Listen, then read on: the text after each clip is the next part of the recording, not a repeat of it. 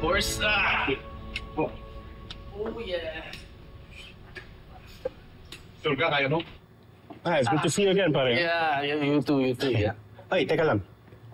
Pwede ka lang ba mag-physical therapy? Kaka-surgery mo lang, di ba? Oo naman, doctor's recommendation. I have to do some exercise for faster recovery, you know. Okay. Well, don't worry. Meron kaming dito.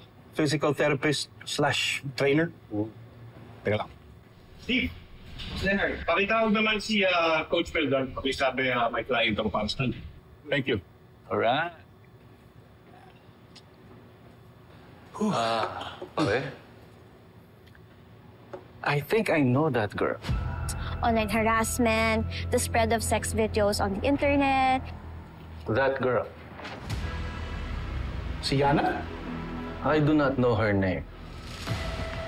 Pero ang alam ko, days before namatay si Zach, nag-away sila. Ano? I was outside the bar one night. I saw Zach fighting with someone. And it's that girl. Zach?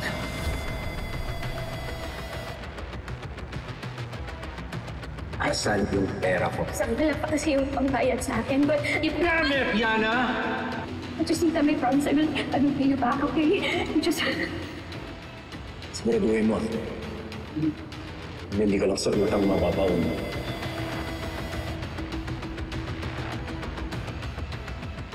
I must say, na-surprise ako sa ginawa ni Zach. But that girl made a threat on him. Kasi kung sino kung mapapaon sa atin. Do you think may kinalaman siya sa nangyari sa anak mo? So that's all for today, and I will keep you updated for more. Okay. Hi. Hi. You guys just got here? Yeah. Tara, pigaw tayo. Okay. Yana, Tito Leonard? nag-away daw kayo ni Zach? Nakita kayo ng kaibigan ko nag-aaway. Was it about money? Is that why you threatened him? Did you kill my son?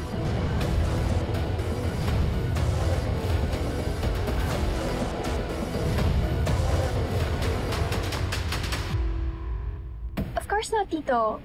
Bakit ka naman papatayin si Zach? My friend said you fought about money. Did you fight about money? Answer me!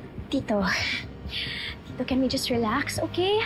Well, Tito, bumili po sa akin ng watch si Zach. And then, gusto na po niyang ibalik. So, he was just asking for his money back. What? Bakit niya sinusuli? Asan yung pera ko? Sabi pa kasi yung pambayad sa akin, but... Damn it, Yana! I guess he just changed his mind. Kaya sinusoli lang po niya sa akin, pero I mean, isn't it unfair? Di ba dapat pag binili na niya yung galot, dapat hindi na niya sinusoli, tapos bigla na lang po niya ako dito sinisingil? That's not fair! Is that why you threatened him? Tito, I did not threaten Zach. Tito, siya ang nag-threaten sa akin. Tito, alam niyo po ba na tinakot na po niya ako, napapatayin niya ako? Tapos Tito, tinutukan pa niya ako ng baril. That's not fair, Tito. I don't know what your friend said, pero hindi po ako nag-threaten sa anak niyo. Siya po ang nag-threaten sa akin. Let's see what the investigators are gonna say.